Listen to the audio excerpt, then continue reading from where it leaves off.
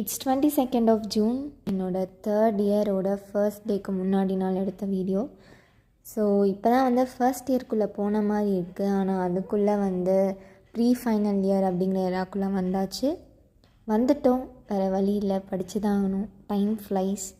So காலையில் வந்து breakfast சாப்பிட்டு உங்களுக்கு ஒரு குட்டி ஹால் காமிச்சேன். அது வந்து டிமார்ட்டில் வந்து பாத் பஞ்சும் ஹேண்ட் வாஷ் டிஸ்பென்சரும் வந்து வாங்கியிருந்தேன். துணியை மடித்தா மட்டும் பத்தாது, நம்ம தான் எடுத்து உள்ளேயும் வைக்கணும். உள்ளெல்லாம் வந்து அந்தந்த இடத்துல என்னென்ன இருக்கணுமோ அதெல்லாம் வச்சு முடிச்சாச்சு.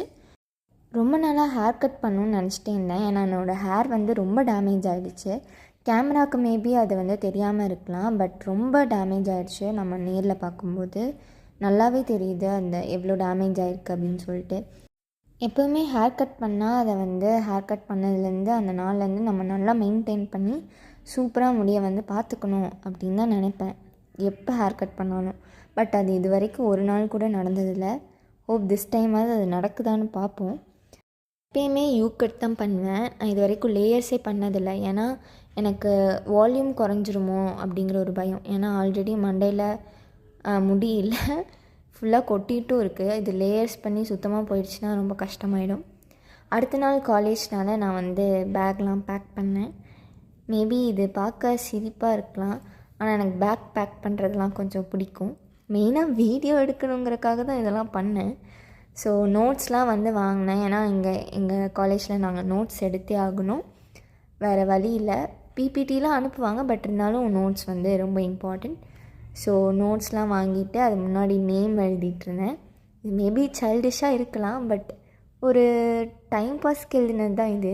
ரொம்ப போர் அடிச்சிட்டு இருந்தது, ஃபோனே பார்த்துட்டு இருந்தனால சரி இதையாவது பண்ணுவோம் அப்படின்னு சொல்லிட்டு தான் நான் உட்காந்து இதெல்லாம் பண்ணிட்டுருந்தேன். இப்போ ரீசெண்டாக இந்த வந்து க்ளேயில் கீ செயின்ஸ்லாம் பண்ணி விற்கிறாங்க. ஸோ அது ரொம்ப பிடிச்சிருந்துச்சு எனக்கு. நான் ஒரு நாளைக்கு ஒரு 4 வீடியோவாவது பார்த்துட்றேன் சாலிடாக உட்காந்து. அதை நான் ட்ரை பண்ணலான்னு தான் நினச்சேன், பட் அது வந்து ஸ்டவ்லலாம் வச்சு பண்ணணும்.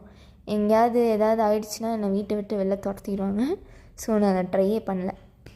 அதுக்கப்புறம் டிமார்ட்லேயே இந்த வாட்டர் பாட்டிலும் வாங்கினேன். இப்போ தேவையான திங்ஸ்லாம் வந்து எடுத்து உள்ளே வச்சாச்சு.